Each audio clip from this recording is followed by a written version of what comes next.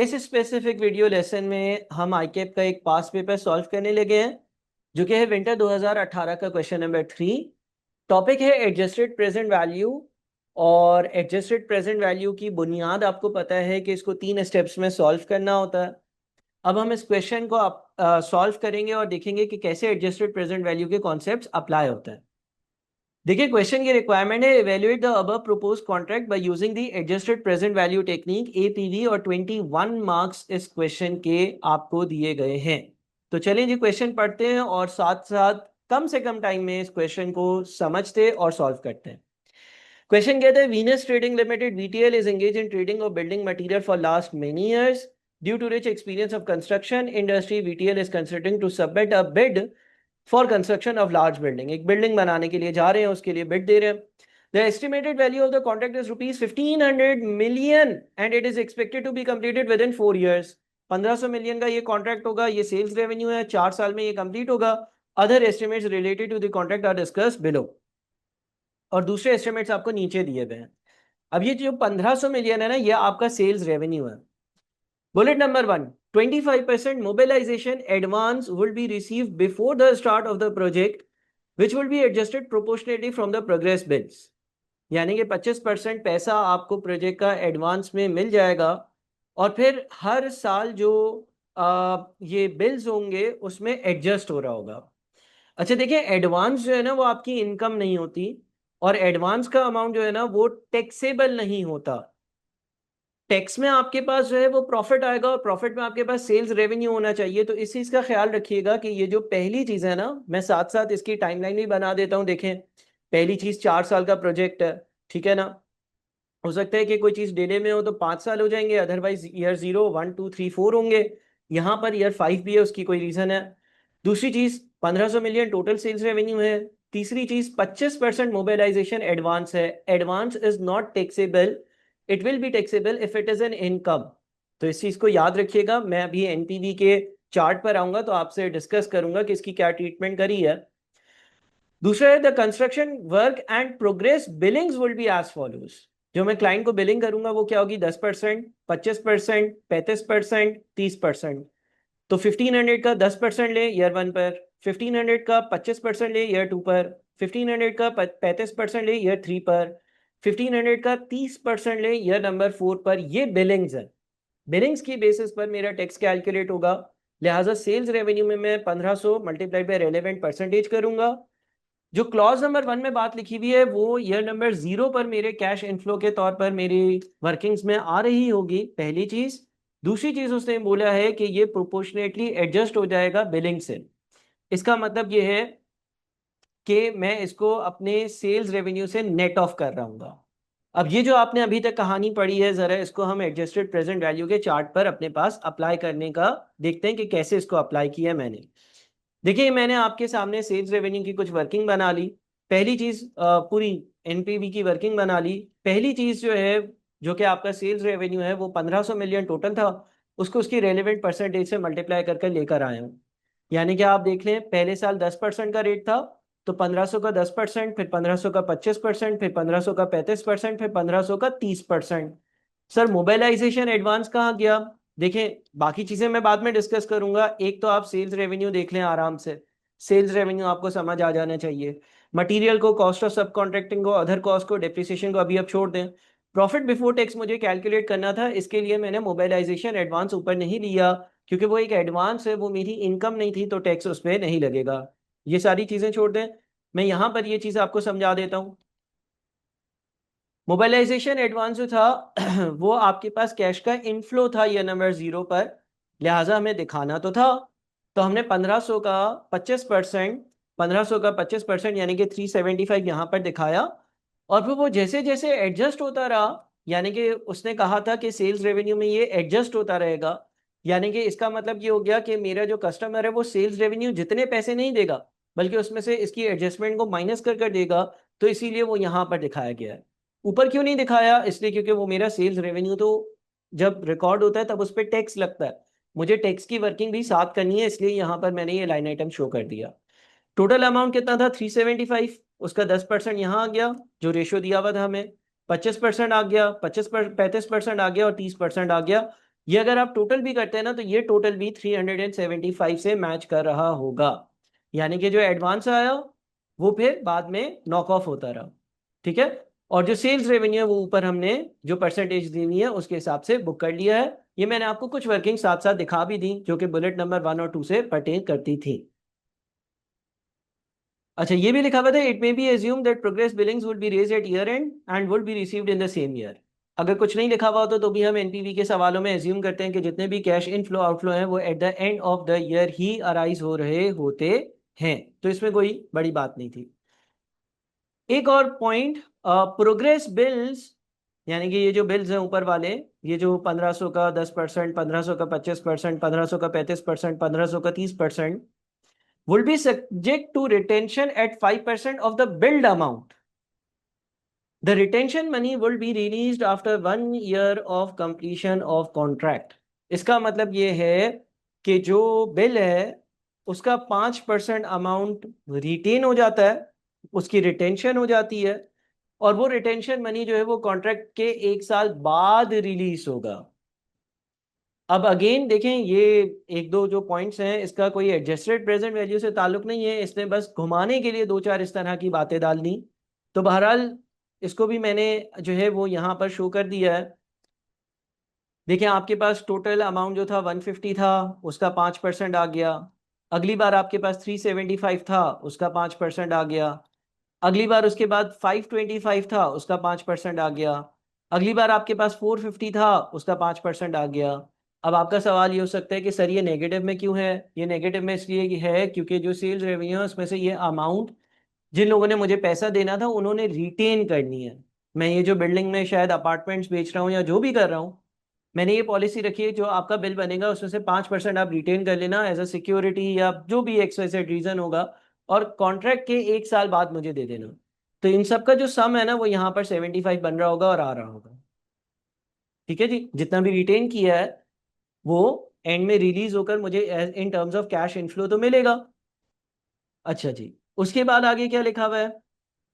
आगे लिखा हुआ है, at the Inception of the contract, contract के बिल्कुल ही शुरू में यानी कि ईयर 0 पर, VTL will be required to acquire a plant for ₹250 million. कंपनी को 250 मिलियन 250 मिलियन का एक प्लांट परचेज करना पड़ेगा। प्लांट का परचेज करना, इनिशियल इन्वेस्टमेंट करना मेरे लिए इनिशियल आउटफ्लो होता है, which will be finance through a term loan carrying interest eight 10% per annum. और इस 250 मिलियन के लोन की जो फाइनेंसिंग होगी, यानी कि जो 250 मिलियन की चीज लेकर आया हूं, ये चीज मैं उधार के जरिए लूंगा, और वो जो उधार लूंगा वो एक टर्म लोन होगा। टर्म लोन यानी कि लोन टर्म पूरी होगी तो मैं ये लोन वापस करूंगा जिस पर 10% का मुझे इंटरेस्ट देना होगा। Issue cost will be 1% of the loan amount, issue cost 1% होगी, and will be allowed as an expense for tax purposes. और टैक्स के लिए इसको आप एक्सपेंसेस में लेकर जा सकते हो। अब इसमें दो बातें, एक तो ये बात है कि 250 मिलियन जो है वो मैं इनिशियल इन्वेस्टमेंट कर रहा हूं। दूसरा, कुछ ऐसी बातें हैं जो लोन से रेलेवेंट है, क्योंकि ये एडजस्टेड प्रेजेंट वैल्यू का सवाल है। तो लोन की इशू कॉस्ट हो गई, लोन पे इंटरेस्ट जो दिया जाता है उस पर जो टैक्स की सेविंग्स हो गई, ये इस तरह की जो भी बातें हो गई ये स्टेप नंबर 2 में आएंगी। बहरहाल स्टेप नंबर 1 में हम ये एज्यूम करते हैं कि जो प्रोजेक्ट हम अंडरटेक कर रहे हैं वो 100% इक्विटी फाइनेंस है, लेकिन उस प्रोजेक्ट के कैश इनफ्लो आउटफ्लो तो लिखते हैं। तो ये 250 million are my outflow, agreed. जिस तरह से नॉर्मल इनिशियल इन्वेस्टमेंट होती है ये भी एक इनिशियल इन्वेस्टमेंट है। तो आप देखें, प्लांट की इनिशियल इन्वेस्टमेंट मैंने 250 मिलियन ये नंबर 0 के नीचे लिख दी है। बाकी चीजों को अभी हम थोड़ी देर छोड़ देते हैं, आपको बाद में इंशाल्लाह मैं समझा दूंगा।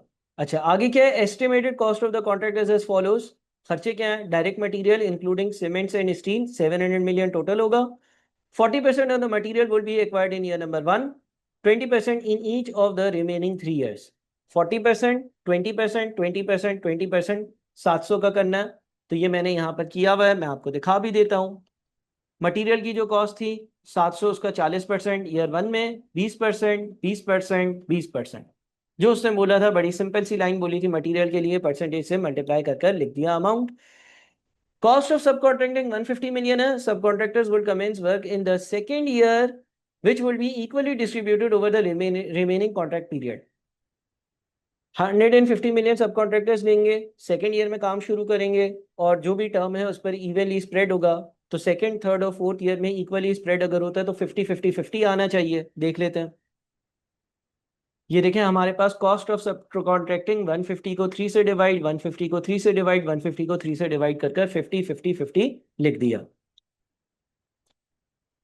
अदर डायरेक्ट कॉस्ट, दूसरे खर्चे 412 million, the cost will be equally distributed over the contract period। यानी कि 412 के 4 हिस्से करने, 4 साल का कॉन्ट्रैक्ट है ना, तो ईयर 1 2 3 4 पर इक्वली स्प्रेड करना है। तो आप देख रहे होंगे कि 412 के मैंने पहला हिस्सा, दूसरा हिस्सा, तीसरा हिस्सा, चौथा हिस्सा, चारों हिस्से कर दिया। ठीक है जी। अच्छा, अब यहां तक मेरे ख्याल में आप लोगों को कोई कंफ्यूजन नहीं होगी, स्ट्रेट फॉरवर्ड हमने वैल्यूज लिखी हैं। अब डेप्रिसिएशन पे थोड़ा सा ध्यान रखिएगा कि डेप्रिसिएशन की वैल्यूज कैसे आ रही हैं। चलते हैं, देखते हैं जरा आगे क्या लिखा हुआ है। VTL plans to finance any cash deficit during the term of contract through its existing 12% running finance facility which has available limit of ₹1 billion। देखिए, वो ये कहता है कि वैसे तो उसने एक मशीन खरीदने के लिए 250 मिलियन का लोन लिया, लेकिन अगर उसके अलावा कहीं से पैसे चाहिए होंगे तो हमारी रनिंग फाइनेंस फैसिलिटी है, हम उससे फंडिंग कर देंगे। ठीक है, और उस पर 12% का रेट लगता है। अगेन ये लोन से रिलेवेंट एक बात है, तो इसको होल्ड करते हैं।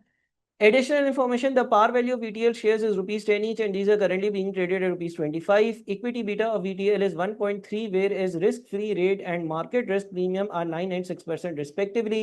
VTL maintains average gearing ratio of 50%।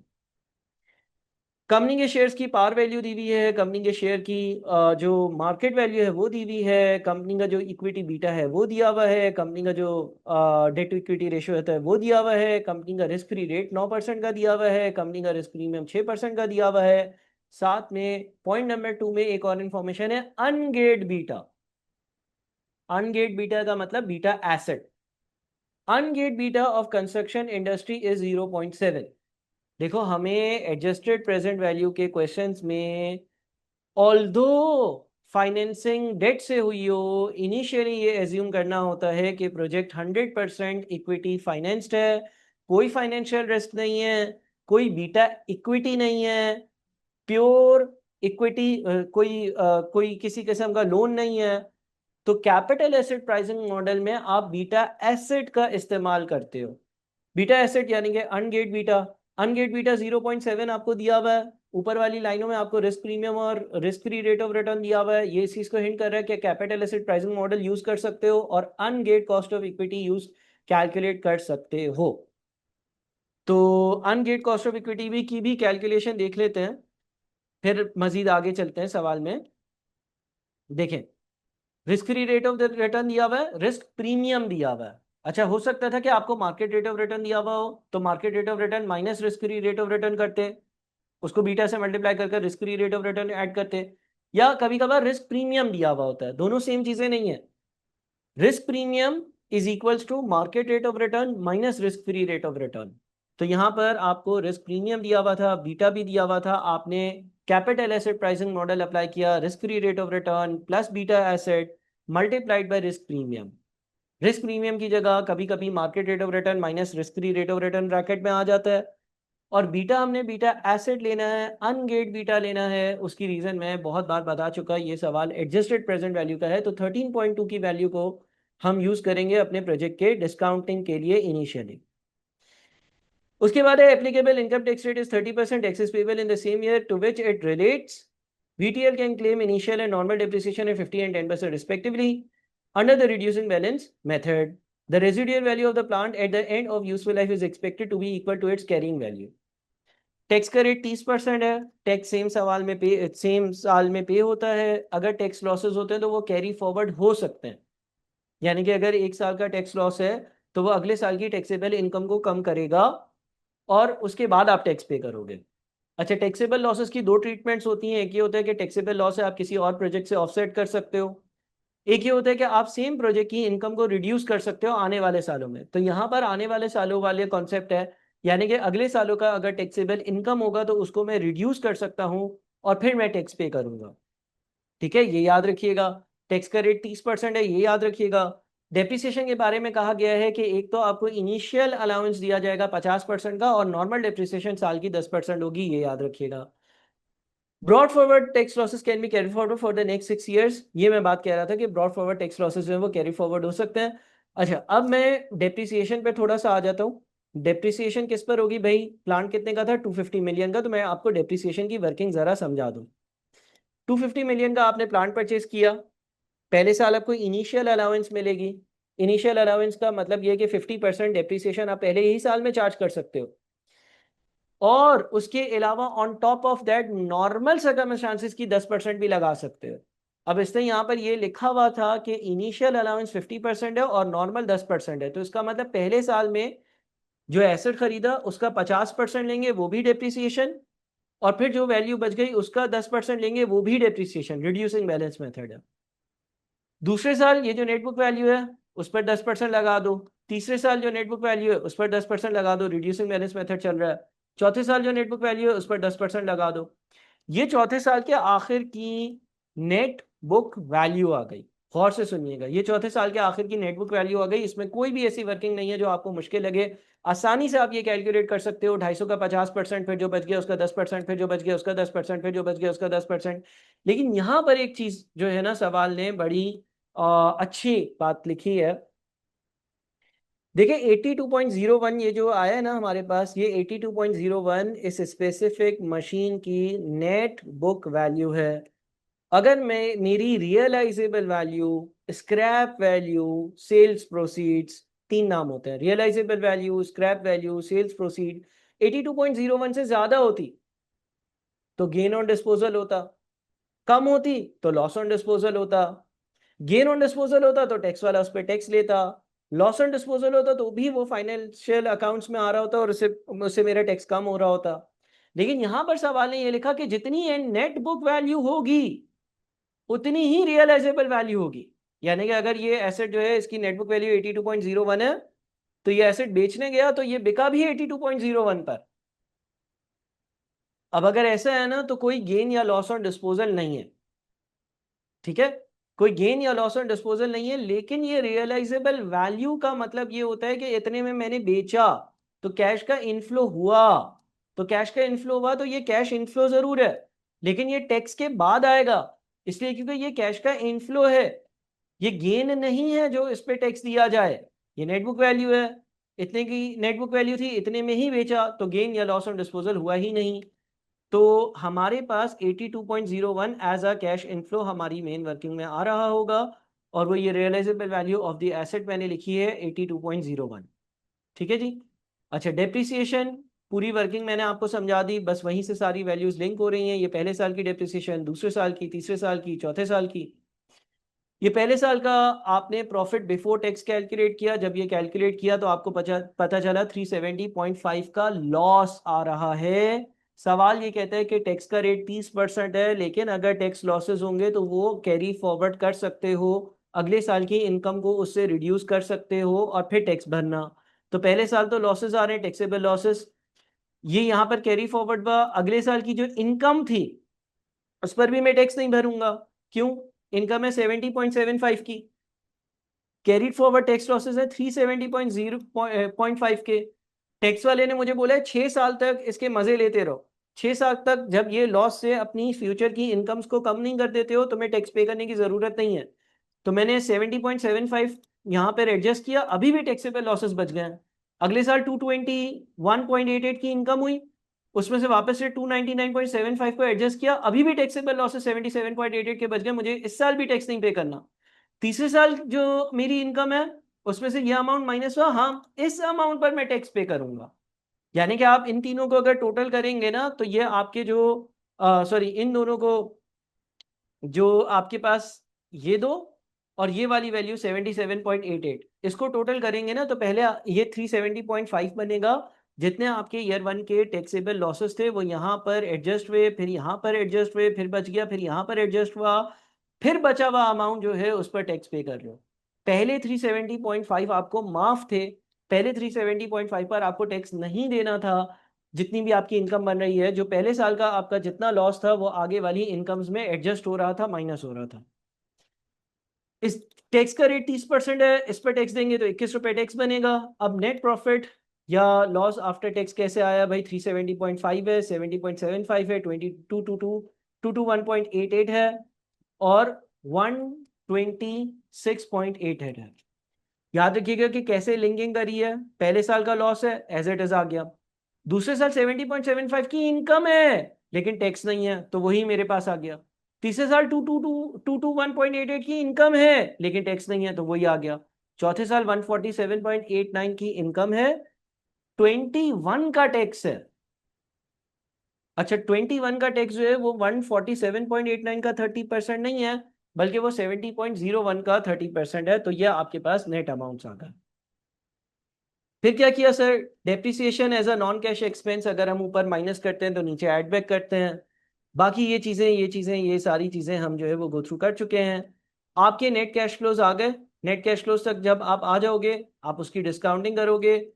आप डिस्काउंटिंग के लिए base case net present value की कैलकुलेशन के लिए कॉस्ट ऑफ इक्विटी लोगे, अनगेड वाला कॉस्ट ऑफ इक्विटी लोगे, जिसकी कैलकुलेशन के लिए आपने बीटा एसेट यूज किया हो। आप डिस्काउंटिंग कर रहे हो हर साल की, ये एक्सेल की फाइल आपको मिल जाएगी, और आप अपनी नेट प्रेजेंट वैल्यू, जिसको हम base case net present value कहते हैं, वो यहाँ पर कैलकुलेट कर दी। Base case net present value आपने जो कैलकुलेट करी है उसमें आप ये एज्यूम करते हो कि कोई लोन नहीं लिया था, 100% प्रोजेक्ट इक्विटी फाइनेंस था। पहले तो यहां तक आप दोबारा से इस पूरा सवाल पढ़ें और दोबारा से इसका पूरा जवाब पढ़ें, फिर आगे बढ़िएगा। ये स्टेप नंबर 1 था हमारा। अब आ जाते हैं फाइनेंसिंग साइड इफेक्ट्स पर। फाइनेंसिंग साइड इफेक्ट्स कैसे आ रहे हैं? देखिए, उसने ये कहा था कि 250 मिलियन की जो है वो आप एक प्लांट लेने के लिए लोन लोगे, और उसने बोला था 1% इशू कॉस्ट होगी। अब सर, ये इशू कॉस्ट क्या होती है? इशू कॉस्ट का ये मतलब होता है कि मैं जब बैंक लोन लेने जाता हूँ, बैंक बोलता है हम 1% चार्जेस डिडक्ट करेंगे। अब गौर से सुनिएगा, आपको एक चीज खरीदनी है 100 रुपए की, आपको एक चीज खरीदनी है, गाड़ी खरीदनी है, एक मशीन खरीदनी है 100 रुपए की। बैंक गया, बैंक ने बोला हम उधार देते हैं। मैंने बोला 100 रुपए का उधार चाहिए। बैंक ने बोला 1% कमीशन डिडक्ट होगा, बैंक चार्जेस डिडक्ट होंगे। मैंने बोला हाँ ठीक है, 100 रुपए का उधार दो। उससे 100 रुपए का उधार दिया, फिर उसने 1% काट दिया, तो नेट मेरे हाथ में क्या आया? 99। बात समझ रहे? जितना आप उधार लोगे 1% तो कट जाएगा, डिडक्ट हो जाएगा। तो अगर मुझे 100 रुपए की चीज खरीदनी है ना, तो मुझे उधार 100 से ज्यादा चाहिए होगा। 100 को मुझे 99 हिस्से मानने पड़ेंगे, मुझे उसको ग्रॉसअप करना पड़ेगा। इसी तरह से इस सवाल में आपको 250 मिलियन का उधार चाहिए था, आपको 250 मिलियन की मशीन खरीदनी थी। 1% अगर चार्जेस डिडक्ट हो जाएंगे तो मैं उधार 250 नहीं लूंगा, क्योंकि अगर 250 उधार लिया, 1% डिडक्ट हो जाएगा तो हाथ में उससे कम पैसा आएगा, मैं मशीन नहीं खरीद पाऊंगा। मुझे अगर 250 मिलियन की मशीन खरीदनी है तो 250 divided by 99 multiplied by 100। 250 divided by 99 multiplied by 100। Sir, अगर 2% इशू कॉस्ट होती तो 250 divided by 98 multiplied by 100। Sir, अगर 3% इशू कॉस्ट होती तो 250 डिवाइडेड बाई 97 मल्टीप्लाइड बाई 100। ये ग्रॉस अप करने का तरीका। तो आप 252.525 का लोन लोगे, 252.525 का जब लोन लोगे तो इसका 1%, इसका 1% आप कैलकुलेट भी कर लीजिएगा, इसका 1% 2.525 बनेगा, ये डिडक्ट हो जाएगा, आपके हाथ में 250 आएंगे। अब ये इशू कॉस्ट आपके लिए कैश का आउटफ्लो है, ये फाइनेंसिंग का साइड इफेक्ट है। अगर मैं डेट से फाइनेंसिंग कर रहा हूं तो मुझे ये इशू कॉस्ट पे करनी पड़ रही है, इसीलिए ये नेगेटिव में लिख दिया। आज पे कर रहा हूँ, ईयर 0 पर पे कर रहा हूँ, तो ईयर 1 2 3 की वैल्यू तो है नहीं जो इसको डिस्काउंट करूँ, तो एज इट इज लिख दिया। उसके बाद सर, ये दूसरी चीज क्या है? Present value of tax savings on issue cost. देखिए, क्वेश्चन में एक चीज लिखी हुई थी, issue cost will be 1% of the loan amount and will be allowed as an expense for tax purposes. टैक्स वाले ने बोला जितनी इशू कॉस्ट पे कर रहे हो ना, अपने टैक्सेबल इनकम को उस अमाउंट से रिड्यूस करो, यानी कि ये एक टैक्स अलाउेबल एक्सपेंस है। टैक्स अलाउेबल एक्सपेंस से क्या होता है, मेरा टैक्स जो है ना वो कम हो जाता है। जब मैं अपने एक्सपेंसेस में 2.525 लेकर जाऊंगा, जब मेरे एक्सपेंसेस में मैं 2.525 लेकर जाऊंगा, तो उससे क्या होगा? उससे मेरा टैक्स कम हो जाएगा। क्या 2.525 से टैक्स कम हो जाएगा? नहीं, उसके 30% से। ये कॉन्सेप्ट हमने बहुत बार डिस्कस किया है ना, कि अगर हमारे पास इंटरेस्ट का एक्सपेंस इंक्रीज हो जाए तो टैक्स कम हो जाता है। मान लीजिए एक कंपनी है, उसका profit before interest and tax 200 है, इंटरेस्ट का एक्सपेंस 0 है, टैक्स का रेट 30% है, तो उसको 200 पे 30% 60 का टैक्स पे करना है और 140 बच गया। लेकिन एक और कंपनी है जिसका पीबीआईटी 200 है, इंटरेस्ट एक्सपेंस 100 है, अब 100 बच गया, 100 पर 30 रुपए यानी कि 30%, यानी कि 30 रुपए टैक्स पे करना है और 70 बच जाएगा। तो होगा ये कि जब आपके पास इंटरेस्ट का एक्सपेंस 100 रुपए होगा तो उसका नेट इंपैक्ट 100 रुपए नहीं होगा, आपकी टैक्स का एक्सपेंस वो कम करता है। इसी तरह से इशू कॉस्ट भी एक टैक्स अलाउेबल एक्सपेंस है सवाल के हिसाब से। तो इशू कॉस्ट जब मैं अपनी बुक्स में चार्ज करूंगा तो उसकी वजह से उसका 30% जो भी बनता है वो मेरी सेविंग होगी। सर इसको 1+10% से क्यों डिस्काउंट किया है? अब यहाँ पर दो बातें मुझे डिस्कस करनी है। नंबर वन, पहली बात ये है कि ये जो टैक्स की सेविंग होगी ये ईयर 0 पर नहीं होगी। ईयर नंबर 1 पर पहले साल के आखिर में जब मैं अपना रिटर्न फाइल करूंगा तो होगी। तो मुझे इसको एक साल डिस्काउंट करना है। एक साल डिस्काउंट करने के लिए हम 1+i से डिवाइड करते हैं, 1+i⁻1 से। सर 10% कहाँ से आया? ये एक सवाल आपका, जो 10% कहाँ से आया इसको डिस्कस करते हैं। देखिए, जब आप अपना एडजस्टेड प्रेजेंट वैल्यू का क्वेश्चन कर रहे होंगे, एडजस्टेड प्रेजेंट वैल्यू के क्वेश्चंस में जो फाइनेंसिंग साइड इफेक्ट्स होंगे, जो फाइनेंसिंग साइड इफेक्ट्स होंगे, जो 1 साल 2 साल 3 साल बाद अराइज हो रहे होंगे, जिस तरह से यहाँ पर ये present value of tax savings और इशू कॉस्ट 1 साल बाद अराइज हो रहा है, तो इसको ईयर 0 पे लेकर आने के लिए या इसको डिस्काउंट ऑफ करने के लिए दो ऑप्शन है। नंबर वन, या तो आप risk free rate of return use करोगे जो इस क्वेश्चन में 9% है। नंबर टू, आप नॉर्मल बोरोइंग रेट यूज करोगे जो इस क्वेश्चन में 10% है। सर दोनों से आंसर अलग आएगा, कोई मसला नहीं है, दोनों मेथड अलाउड हैं। देखिए, इस सवाल में आपका जो नॉर्मल बोरोइंग का रेट है ना, वो कितना है? 10%, बुलेट नंबर 4 में लिखा हुआ है। और जो risk free rate of return है वो कितना है? 9%, एडिशनल इंफॉर्मेशन के बुलेट नंबर 1 में लिखा हुआ है। तो जितने भी फाइनेंसिंग साइड इफेक्ट्स होंगे उनकी डिस्काउंटिंग के लिए हम या तो risk free rate of return use करेंगे या नॉर्मल बोरोइंग रेट यूज करेंगे। तो यहां पर हमने नॉर्मल बोरोइंग रेट यूज किया। 2.525 का 30% मुझे एडवांटेज मिल रहा था टैक्स की सेविंग्स में। 1 साल बाद तो 1 साल की डिस्काउंटिंग करी। दूसरा एडवांटेज क्या है?